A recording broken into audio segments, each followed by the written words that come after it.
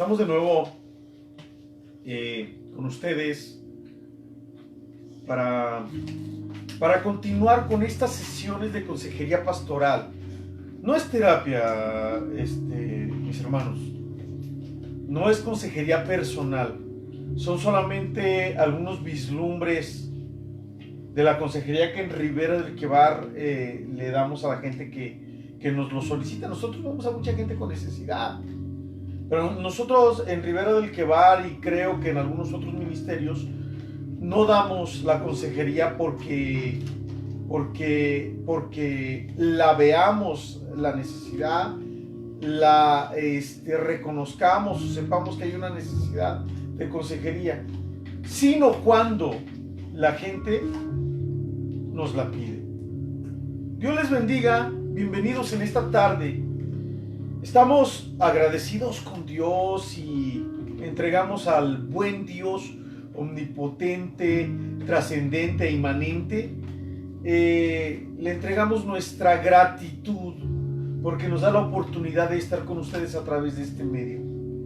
Y oramos para que donde quiera que llegue este video, la gente que lo vea pueda quedarse con una semilla de la palabra en su corazón.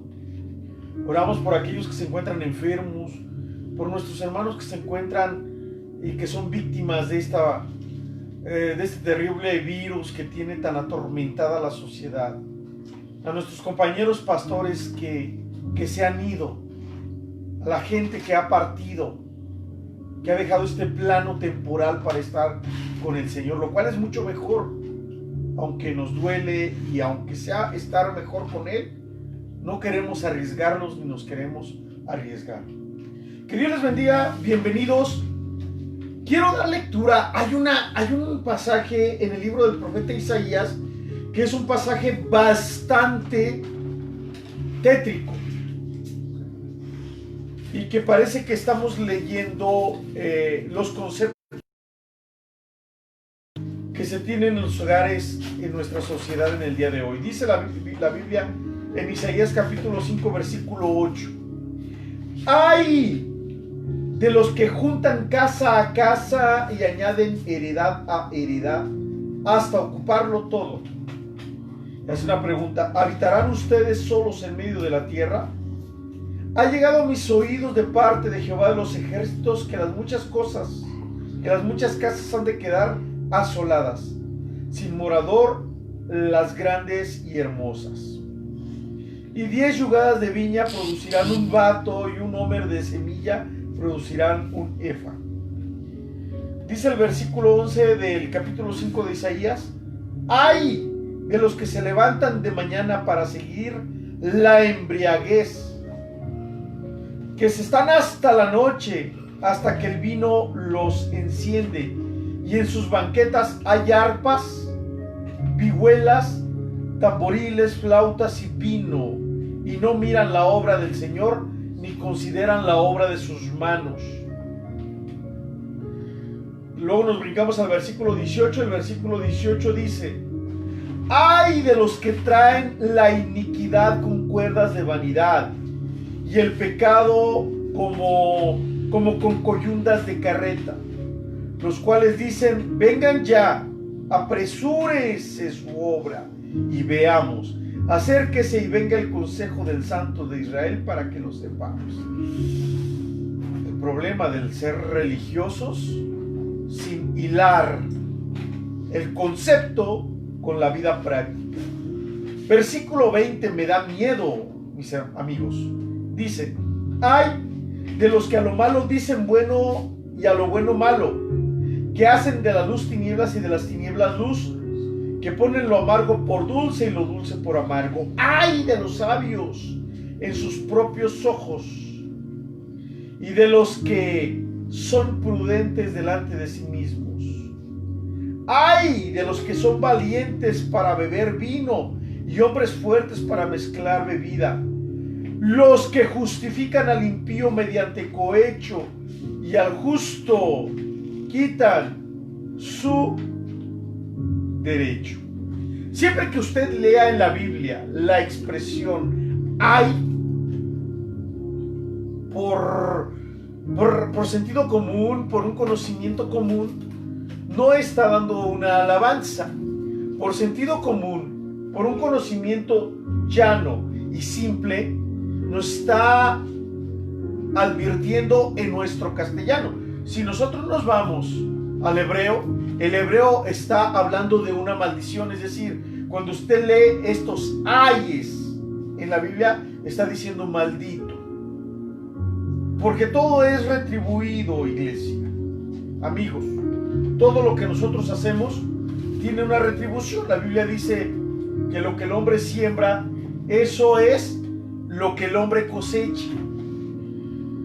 Cuando nosotros pues hablamos de la moralidad, como estuvimos hablando hace 8 días y como estuvimos hablando hace 15 días, tema que algunos nos han pedido que le demos continuidad para ahondar un poquito más, es importante que nosotros pues recordemos para introducirnos que el término moralidad viene de la palabra latina moralis, que se refiere a la costumbre o a las maneras o pautas de conducta que conforman un grupo determinado. Entonces, cuando nosotros estamos en un grupo y practicamos un estilo de vida el cual practica todo el grupo, se puede llegar a considerar esa práctica como moral, aunque no es necesariamente una práctica correcta en su vivencia. Y su resultado siempre trae dolor cuando no es correcto. Cuando usted hace algo que es correcto, aunque nadie lo ve, Dios bendice y Dios retribuye. ¿A poco la Biblia no dice que lo que da a tu mano derecha no lo sepa tu mano izquierda? Que nos interesa que alguien sepa cuando estamos haciendo lo correcto. Mucha gente, estoy completamente seguro que muchos hijos de Dios no necesitamos decir ni pregonar a la gente cuando nosotros hacemos lo que debemos hacer. La moral, pues, la moral es lo que hacen todos, porque todo el mundo lo hace. Pero la moral bíblica, mis hermanos, nos debe de llevar siempre a cuestionar lo que todo el mundo hace. Trabajando en la clínica de rehabilitación, nos damos bastante topes porque la gente toma a su hijo como tomar un objeto y lo lleva y dice: aquí está mi hijo, es adicto al cristal, rehabilítenlo. Pero se sabe por los expertos que el 95% de los muchachos que tienen problemas de adicciones lo hacen por una disfuncionalidad de la familia. El factor común, el común denominador es una familia disfuncional. El 95%. La gente quiere que él cambie, pero cuando él salga de su encierro de 3, 4, 5, 10 o 20 meses y llegue a su casa y el papá siga adicto al cigarro, el papá siga adicto a la majadería, siga golpeando a la mamá siga adicta al chisme, la hermana siga adicta a los novios, el muchacho va a llegar y va a regresar a, como dice la Biblia, como el perro a su vómito, como el cerdo que ha sido lavado, a regresarse, a revolcarse en su lodo. Y esto a él le va a doler, a él le va a afectar, y él va a decir: ¿qué caso tiene que yo me quiera rehabilitar si nadie más lo quiere hacer? Es decir, la moralidad, para que nosotros podamos funcionar en sociedad, tenemos que cuestionarla. Tenemos que cuestionarla. Por eso en Ribera del Quebar tenemos nuestro eslogan: mirando el convencionalismo desde el exilio. Recuerdo que el café crea adicción, Yo sé que a mucha gente le gusta el café, a mí me gusta el café, pero sinceramente a mí me gustan más los tecitos de hojitas, hojas de limón, hojas de guayaba o qué sé yo. Y cuando asistíamos a las reuniones de ministros, todos los pastores tomaban café. ¿Por qué cree? Porque todos los pastores tomaban café. Es decir, la presión de grupo es tan fuerte, la presión social es tan fuerte, es tan severa, y la Biblia nos habla que la presión social puede traer una disfuncionalidad en el interior, en el inconsciente, en el espíritu de la gente. El ejemplo más claro que nosotros tenemos, mis amigos, lo vemos en la vida de Saúl.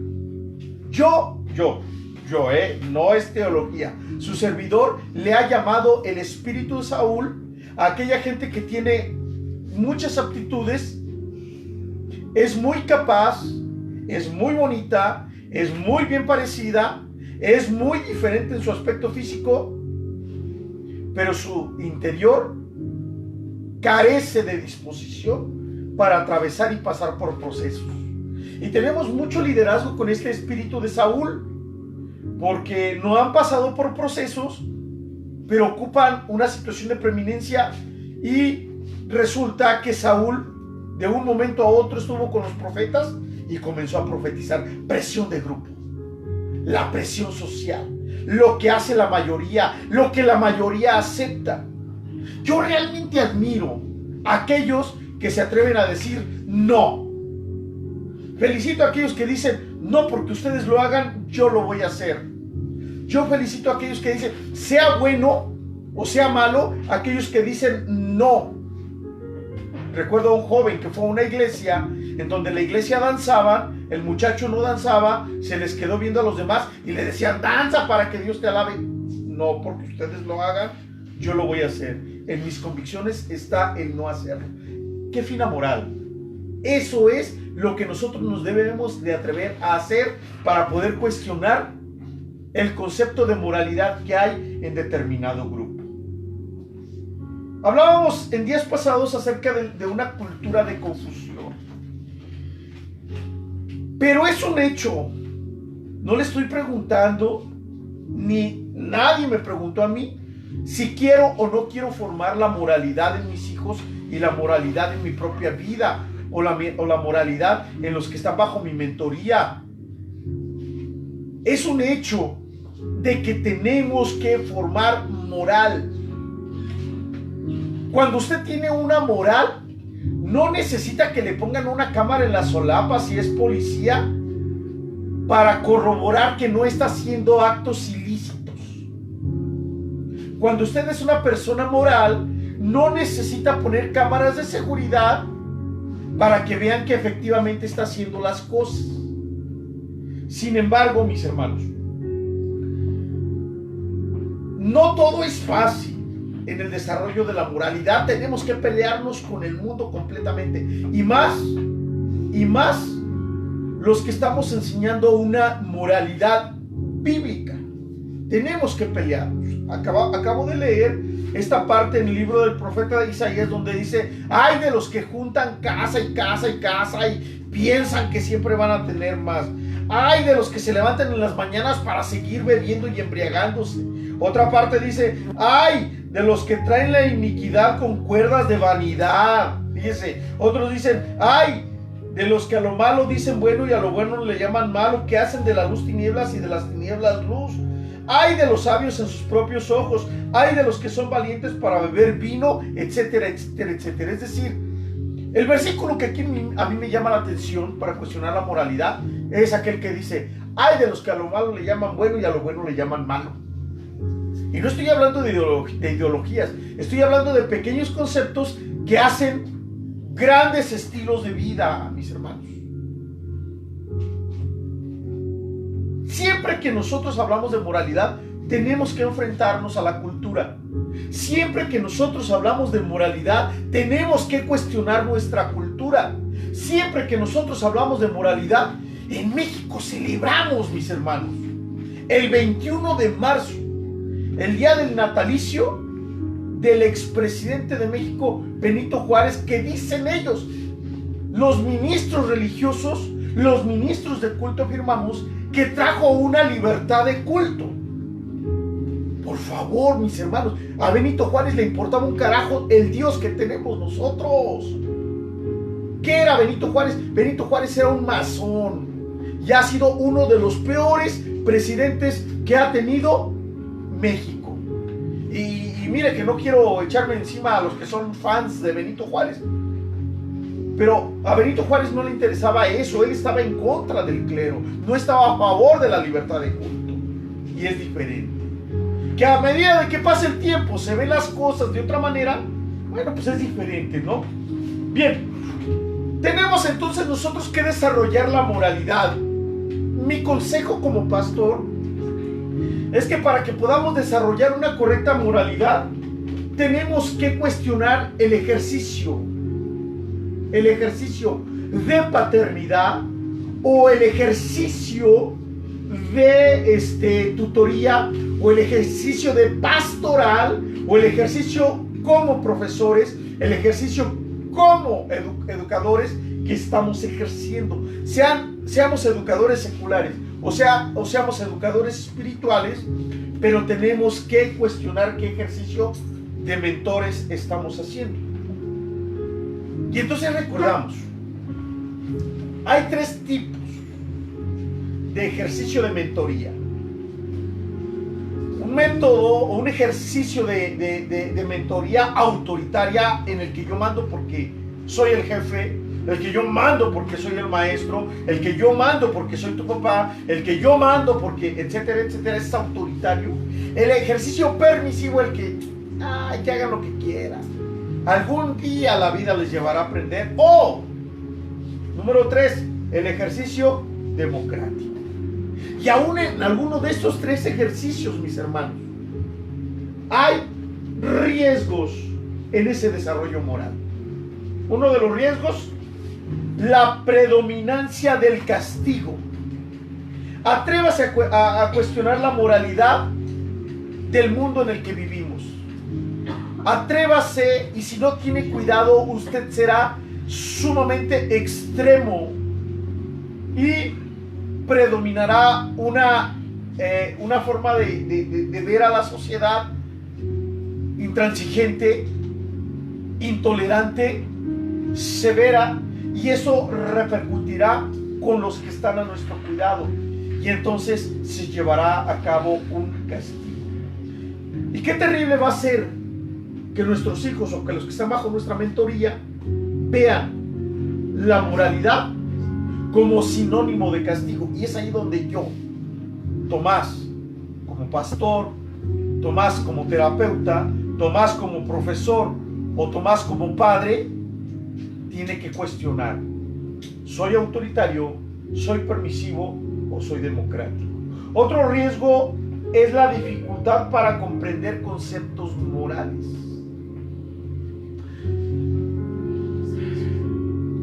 ¿Por qué? No se va a poder comprender el problema que tienen nuestros jóvenes con el alcoholismo cuando en su casa hay alcoholismo. No puedo comprender por qué tengo que llegar temprano cuando nadie llega temprano. No comprendo por qué tengo que ser responsable cuando nadie es responsable. Yo recuerdo uno de los pastorados que ejercimos, nos invitaron a una casa nueva y la persona que nos invitó dijo: vénganse todos los que van a la iglesia y los voy a recibir aquí para que hagan oración en mi casa. Había gente de la iglesia que estaba llegando 1 hora y media tarde. Y cuando nosotros hablamos, fíjense nada más el testimonio y la inmoralidad. Y cuando estamos hablando de inmoralidad, no estamos hablando de perversión moral, afortunadamente, pero estamos hablando de inmoralidad. Aquella persona dijo: pues, ¿para qué me llama la atención? Pues empiece usted, ni que yo fuera tan importante. Cuando se trata de testimonio, vaya que es importante, vaya que se le toma mucho en cuenta. Tenemos que comprender esos conceptos morales. Hay un riesgo en el desarrollo moral. El riesgo que hay en el desarrollo moral es la inconsistencia al momento de estar ejerciendo una disciplina para formar el riesgo. ¿Cuál es esa inconsistencia? La inconsistencia es que yo en mi casa puedo ser una persona y en la calle puedo ser otra persona. En mi casa yo les puedo no permitir a los que viven en mi casa decir groserías y peladeces. Pero les digo, allá afuera pueden decir todo lo que ustedes quieran. La consistencia de lo que somos nos hace virtuosos, iglesia. Ser la misma persona donde quiera que nos encontramos nos hace virtuosos. Ser el mismo ser, vivir de la misma forma, como si viviésemos en una casa de cristal, como si todo el mundo siempre nos estuviese viendo. Otro riesgo en el desarrollo moral son los chantajes. La gente enseña a chantajearse. Pregúnteme a mí.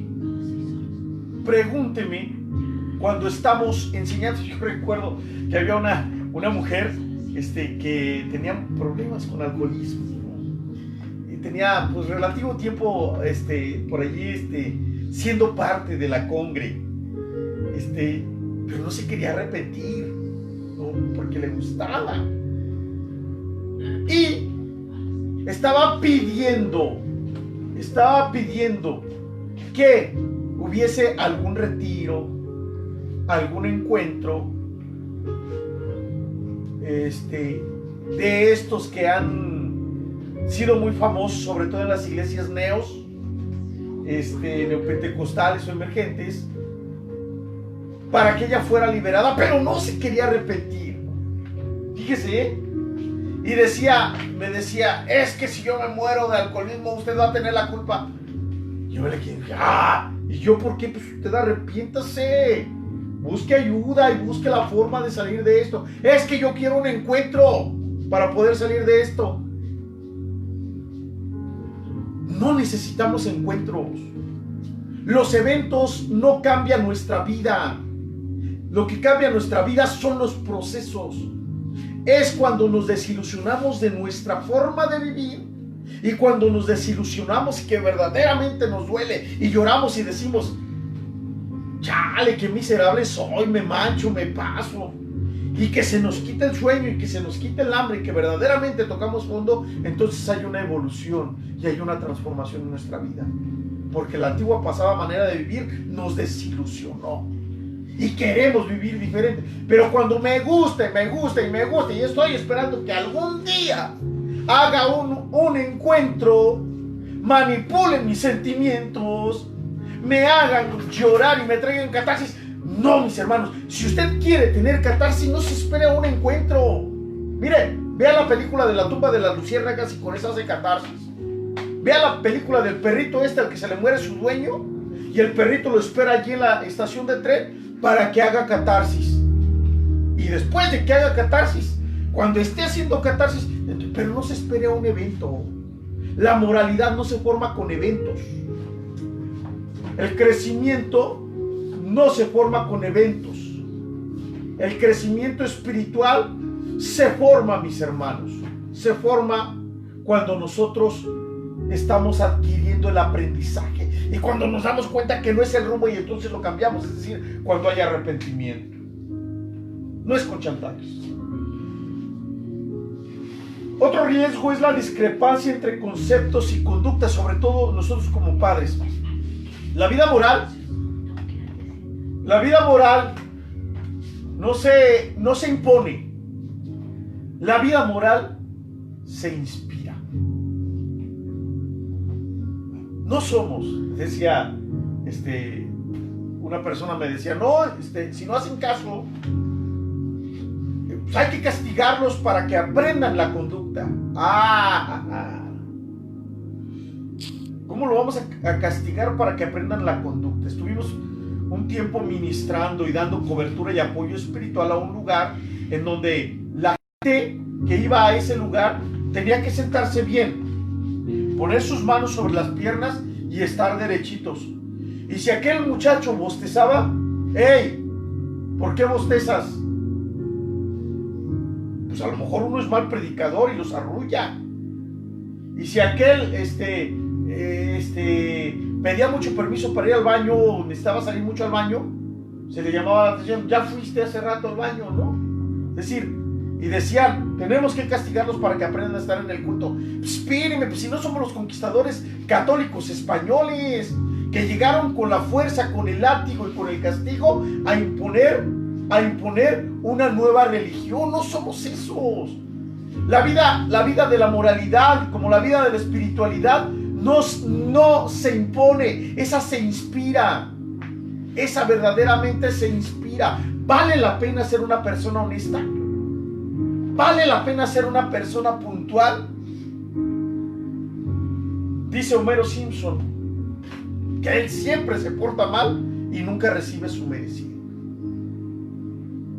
Y a los que se portan bien, en ese programa de sátira y de crítica social, los que se portan bien les va mal y mal y mal y mal y mal. Bueno, finalmente es un programa creado por masones para adoctrinamiento de los niños.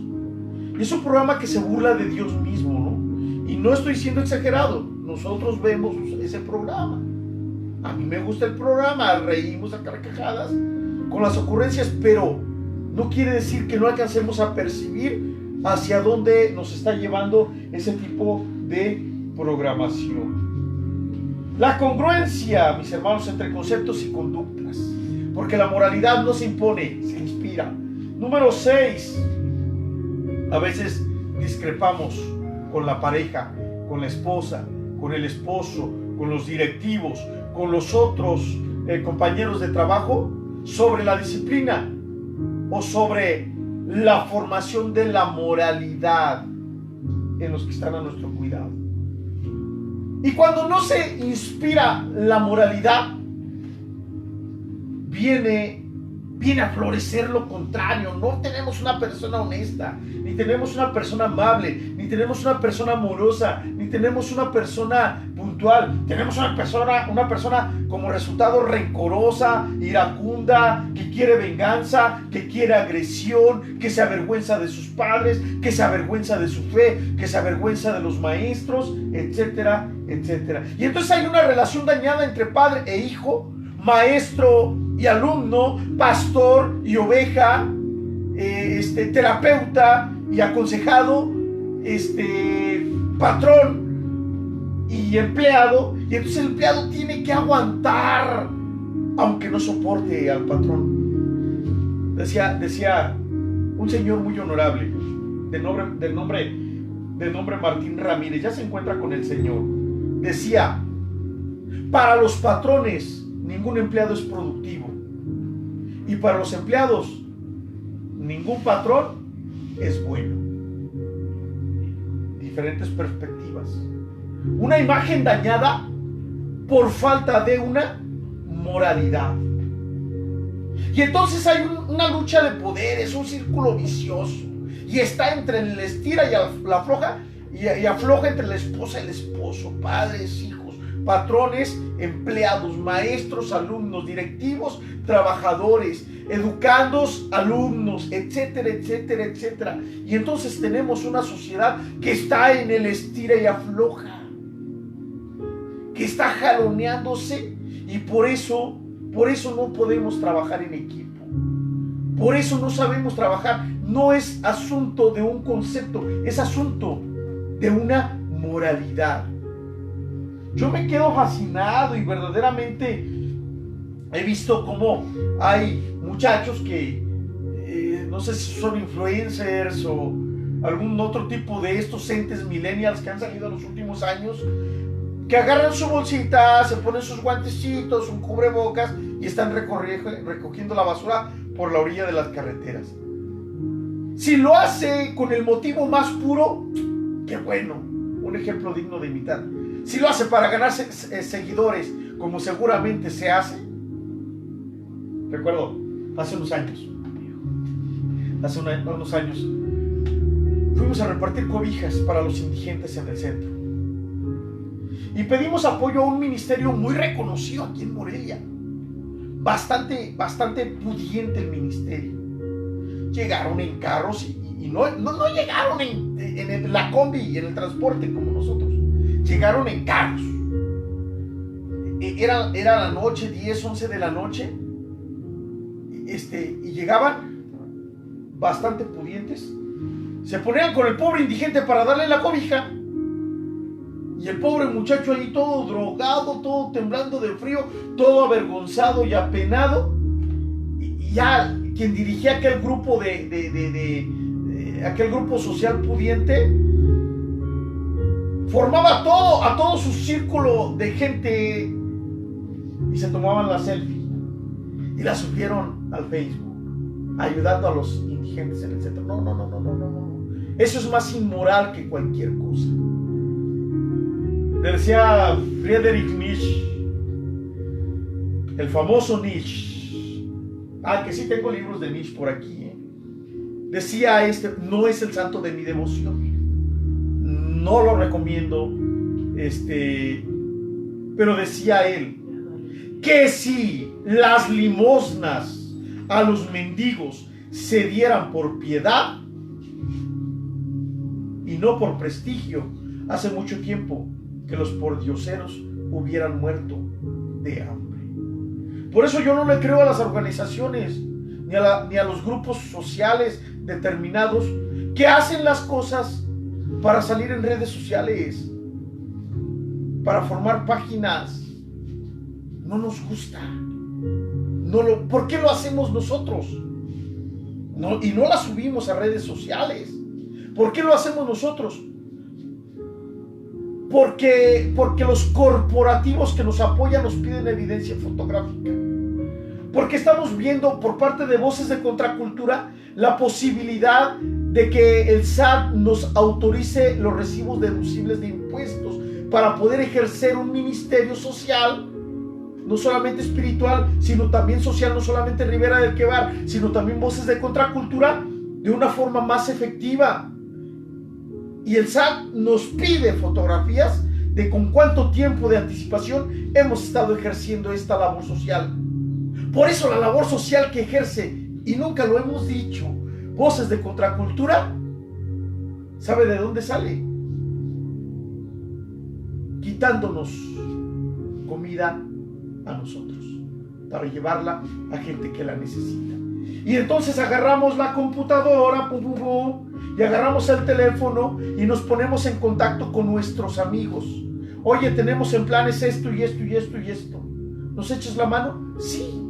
Algunos nos mandan 100 pesos, algunos nos mandan $10, algunos nos mandan 500 pesos, y todo lo recaudado lo empleamos en el objetivo para lo que lo estamos haciendo. ¿Cómo ha subsistido Ribera del Quebar? Ribera del Quebar, querida iglesia, queridos amigos, queridos hermanos, no ha subsistido por apoyo de ninguna cobertura. Ojalá, no. Nosotros, Ribera del Quebar, ha subsistido porque irrevocables son los dones y el llamamiento. Por eso ha subsistido Ribera del Quebar. Entonces, pues, mis hermanos, que Dios nos ayude a que el motivo más puro sea palpable para poder formar la moral en nuestros hijos. Si usted un día ve a un niño en la calle pidiendo una moneda, pidiendo un taco, y usted le dice a su niño, mira, dale a ese niño, ¿no sabe usted el efecto que va a tener en el corazón de su hijo? Yo recuerdo una campaña que había aquí entre influencers espirituales,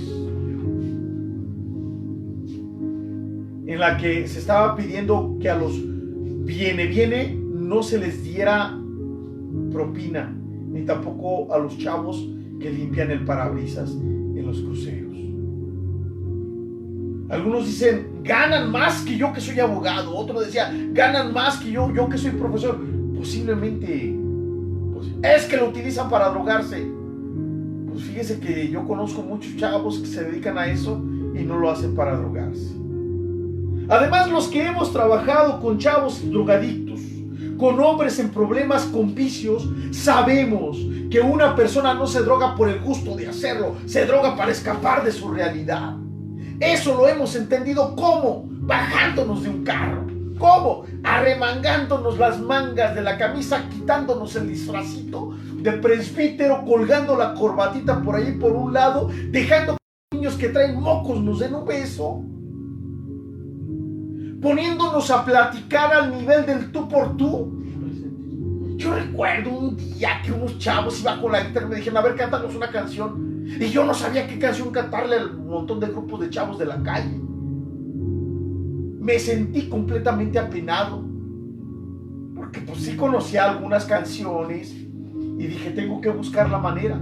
Le dije, no, pues hoy no puedo, pero mañana dame chance. Me vine a mi casa, me senté, saqué la computadora, me puse a ver algunas canciones de grupos que no son cristianos. Y a mí me ha constado ver a chavos de la calle llorando porque les comencé a predicar el evangelio con una canción del Aragán o del Irán Roll. Yo los he visto a los chavos llorando.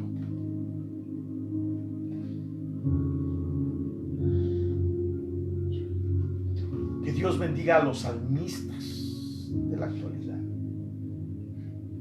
Pero necesitamos ministerios que hablen de la realidad de la gente que vive sin Cristo. Porque estamos cuestionando el sistema.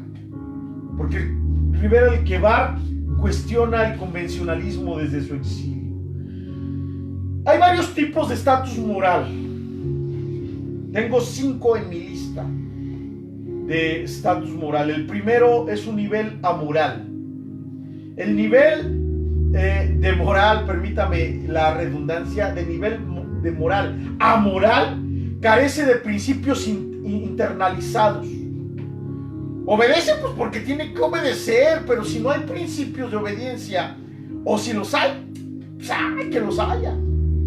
Si se desocupa con una botella de refresco, la tiene en la calle, oye, ¿no sientes feo? Pues no.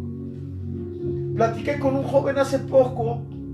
Fíjese el problema, El joven había apuñaleado a otro individuo en un pleito de calle. Y le decía, yo le preguntaba, oye, ¿y no sentiste feo? Dice, no, porque o era él o era yo. Platicaba con un muchacho que tenía un apodo muy curioso, el Apachulo. ¿Te acuerdas del Apachulo? Que decía, no, pues que saqué mi rifle, tengo un rifle 22 y le disparé a los perros y maté a uno. ¿Y no sentiste feo? Dice, no. Que Dios nos ayude para ver los juegos de los niños de matar pajarillos como algo verdaderamente serio. Serio. Esa es la moralidad. No siente ni bien ni mal. No siente remordimiento. Y yo, como pastor, a veces me pongo a pensar, ¿qué puede pasar en una persona que llegue a los pies de Cristo y que tenga un concepto de vida amoral? ¿Cómo le podemos formar nosotros una vida espiritual si una vida moral no se la podemos formar? Ahora, si algún pastor, si algún colega estuviese viendo esto, pregúntese, ¿cuántos que forman parte de su grey están en este nivel?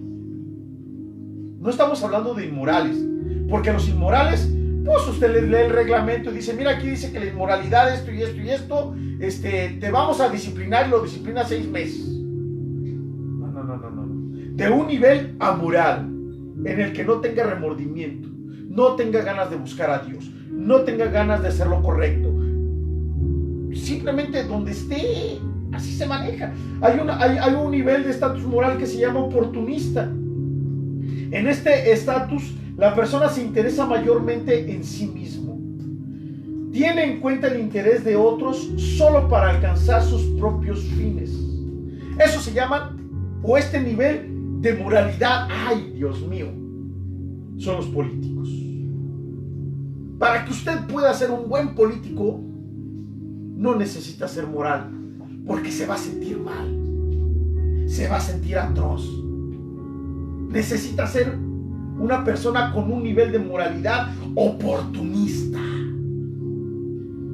Cuando trabajamos en el corporativo del Circle K, en la gerencia, conocíamos a los, ¿cómo se llaman estos que hacen los inventarios? A los auditores, que hacían que los compañeros de trabajo perdieran 5,000 pesos por no permitirles pagar 40 pesos. Y uno dice, oye, son 40 pesos, deja que los pague. No, oye, es que si no voy a tener que pagar todo el faltante en mercancía. No, pero son 40 pesos, te los pago. Lo que me falta son 40 pesos. No, y hacían que... Por eso hay muchos empresarios, consultores, líderes empresariales que llegan a niveles gerenciales bastante altos, porque le dispararon a aquel y aquel y aquella y no presentaron un remordimiento en su moralidad. No estamos hablando de la formación educativa que debe de haber, y que si el muchacho sacó 5, pues que pase bien el examen para que le pongan 6 y pueda ser aprobado. No. Estamos hablando de insignificancias. El oportunista. Que Dios nos libre de los oportunistas, de los que ven tus talentos. Hay una canción bastante fuerte, y le voy a decir dónde escuché yo esta canción. Esta canción yo la escuché cuando terminé el juego de Metal Gear 3, el de Serpiente de Tierra. Hay una canción que dice: hijo, ellos te van a mandar a lugares donde ellos no quieren ir. No te van a decir la verdad, te van a engañar. Es una canción dolorosa. Búsquela en internet. Búsquela. No recuerdo el nombre. Creo que la canción se llama En el Camino. No recuerdo Sailor. No recuerdo el nombre de esta agrupación que la canta. Es una agrupación secular inglesa. Y es una canción bastante dolorosa que habla del oportunismo, de que no importa quién pisotees, pero que es muy seguro que si mantenemos nosotros un nivel de moralidad, nos van a pisar a nosotros. Matthew Henry, y lo he mencionado varias veces, preguntaba y decía: ¿qué prefieres tú en este mundo? ¿Sufrir la injusticia o cometer la injusticia? ¿Qué prefieres tú? No tienes 3 sopas, tienes 2. Y tenemos que vivir en alguna de estas 2. ¿Qué quieres tú? ¿Vivir la injusticia o cometer la injusticia? ¿Qué prefieres tú? ¿Sufrir la injusticia o cometer la injusticia?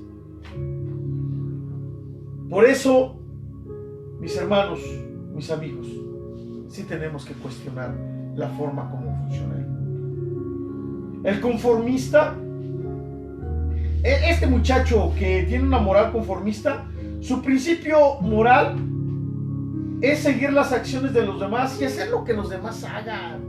Es un personaje camaleónico. Si está con la iglesia se porta bien, si está con morales se porta moral, si está con inmorales se porta inmoral. ¿Se acuerda que Pedro en algún punto de la Biblia y de su experiencia tuvo esta experiencia de una moralidad conformista? Porque cuando estaba con los judíos se portaba como los judíos, y cuando estaba con los gentiles se portaba como los gentiles. Ándele. Hay una moralidad que se llama concienzudo. Esta persona cuenta con sus propias normas internas acerca de lo correcto e incorrecto. Son sus normas. Fíjese bien lo que le digo, son sus normas. No son las normas sociales, ni mucho menos las normas bíblicas. Son las normas que él considera. Y entonces juzga la moralidad de aquel, de aquel, de aquel, de aquel, de aquel y de aquel, en base a su propio concepto de moralidad. Esto es muy común. Yo recuerdo cuando su servidor se convirtió a Cristo en el año de 1991, esta hermosa agrupación, este hermoso ministerio de allá de Monterrey que se llama Generación de Jesús, sacó una de las primeritas canciones cristianas en género de rap. Y esta canción en género de rap, en 1991, en 1992, la de Nosotros somos los hijos de la luz, nosotros somos los hijos de la luz. Y cuando recuerdo que yo compré el cassette, y cuando yo llegué a mi congregación, todo el mundo me decía: eso no es bueno, eso no es correcto, ¿por qué compraste eso? Hubieras comprado mejor uno de música pagana. ¿Por qué eso? ¿Por qué aquello? Esta es una moralidad concienzuda. Juzgamos lo demás a la luz de nuestra propia moral. Esto es terrible. Entonces, los que somos metaleros o que creemos, sí, nos consideramos parte de una comunidad underground en el cristianismo, entonces nos vemos en un fuerte aprieto por este concepto de moral concienzuda, en el que nos juzgan a nosotros en base a los gustos que tiene la otra gente. En base a los gustos que tiene la otra gente. Yo recuerdo cuando tuve por aquí un programita de radio hace algunos años, que me prestaron un espacio en el radio. Mi programa en ese espacio de radio se llamaba Biografías. Ya voy a terminar, como dicen los pastores. Bueno, como decimos los pastores, y nos aventamos todavía otros 20 minutos. Ya voy a terminar, 5 minutos. Y yo me acuerdo que en este programa que se llamaba Biografías, su servidor hablaba de los cristianos relevantes, vidas ordinarias que hicieron lo extraordinario. Era mi lema en este programa. Y entonces mi programa estaba segmentado y tenía 4 canciones, y en una de esas canciones metí la canción que se llama Yo Soy, de Mario Ian. ¡No! ¡No! ¿A quién cree que iban a quemar como a Policarpio de Esmirna? A su servidor. Y la persona que me pagaba o que me daba la oportunidad en el espacio, decía, quédate allí, Mike, para que les cuentes. La persona que tenía el programa, que nos dejaba el programa, nos daba la oportunidad de este espacio, me dijo: es la última vez que pones música de rock. A mí no me interesa ese grupo de gente. Yo por eso pongo música fina de Hillsong y de Miel San Marcos. Dije: apantállame, o como decía mi compadre Toniel de allá, pastor allá en Tijuana: uy, asústame, Panteón. ¿Por qué? Porque a veces tenemos una moral concienzuda.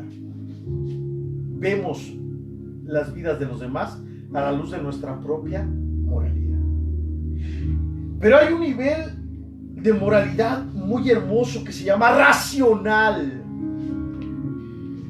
En mi concepto, aquí escrito en mi tumbaburros, en mi bosquejo, dice: es el nivel más elevado de madurez moral. Tiene principios morales estables que guían su conducta. Además, trata de calcular con realismo los resultados de una acción determinada y de evaluarla en función de su utilidad para otros y para sí mismo. No es tan valiente esta moralidad. Ahora, ¿qué nivel cree usted que ocupe la moralidad bíblica? Porque la moralidad bíblica se razona. La moralidad bíblica se discierne. La moralidad bíblica se forma. La moralidad bíblica nos lleva a niveles elevados de vida. Vaya, si usted va a la iglesia y no es una persona espiritual, rayos, como pastor, por lo menos yo espero que si alguien va a la iglesia, si no es una persona espiritual, con una conciencia espiritual, yo espero que sea una persona con una conciencia moral racional. Yo no espero ver pero los tenemos amorales. Yo no quiero ver en la congregación oportunistas. Yo no quiero ver en la congregación, ni yo ni ningún otro pastor, no lo estoy hablando por la mía, como pastor generalmente, conformistas, ni tampoco concienzudos, sino una moralidad bíblica. Porque esa es la que nos bendice, esa es la que forma misericordia en nosotros. Esa moralidad es la que nos lleva a ver con los ojos de Dios, a sentir con el corazón de Dios, a tener la perspectiva espiritual que Cristo quiere que tengamos, a dejar el fariseísmo por un lado y a pensar en los planes tan maravillosos, tan sublimes que Él tiene para nosotros. Le voy a dejar para terminar otra vez. Termino con esto. Un muchacho. Lo conocimos en una clínica de rehabilitación. Él nació en las Islas Marías. Su papá condenado, su mamá condenada. A la edad de 13 años llegó de las Islas Marías él solo para vivir con unos tíos. ¿Qué oportunidad tiene este muchacho? ¿O tenía este muchacho para formar o reformar su vida a través de la moralidad, o ejerciendo una moralidad correcta? Dios a todos nos da la oportunidad, porque cuando Cristo nos habla, lo mismo que la moralidad desde pequeños es asunto de voluntad. Si es formativa, si es un proceso cuando estamos grandes, quiero o no quiero hacerlo. Alguien me tiene que mostrar un estilo de vida diferente. Y si me muestra ese estilo de vida diferente, por eso es un compromiso de nosotros. Los que ya estamos un poquito más creciditos, es un compromiso de nosotros ser congruentes entre esto y la vida diaria. Porque Dios es trascendente, pero también es inmanente, es personal. ¿Y quién rayos somos nosotros que podemos creer un concepto teológico y no saberlo vivir en la combi, o con los vecinos, o con los compañeros de la escuela? ¿Lo podemos vivir? Sí, pero es cuestión de voluntad. Vamos a terminar en esta tarde. Oramos por cada uno de ustedes. Esperamos que esta pequeña sesión no les sea aburrida, le traiga instrucción, esclarecimiento educativo, una alternativa de vida, y obviamente considere nuestro ministerio como una opción de consejería. Si usted cree que podemos bendecirle, consideremos. Oramos y quedamos pendientes para una sesión la próxima semana. Dios, te damos gracias en esta tarde porque tú eres bueno, porque nos has ayudado y nos has bendecido. Bendice, Señor, a cada uno de mis oyentes, a los que nos oyeron hoy o a los que nos van a oír mañana o pasado o el año que entra, no lo sé, Señor, pero permite que este concepto de moralidad bíblica pueda trastornar la vida de la gente. En el nombre de Jesús, gracias. Amén. Dios les bendiga desde Ribera del Quebar. Un abrazo.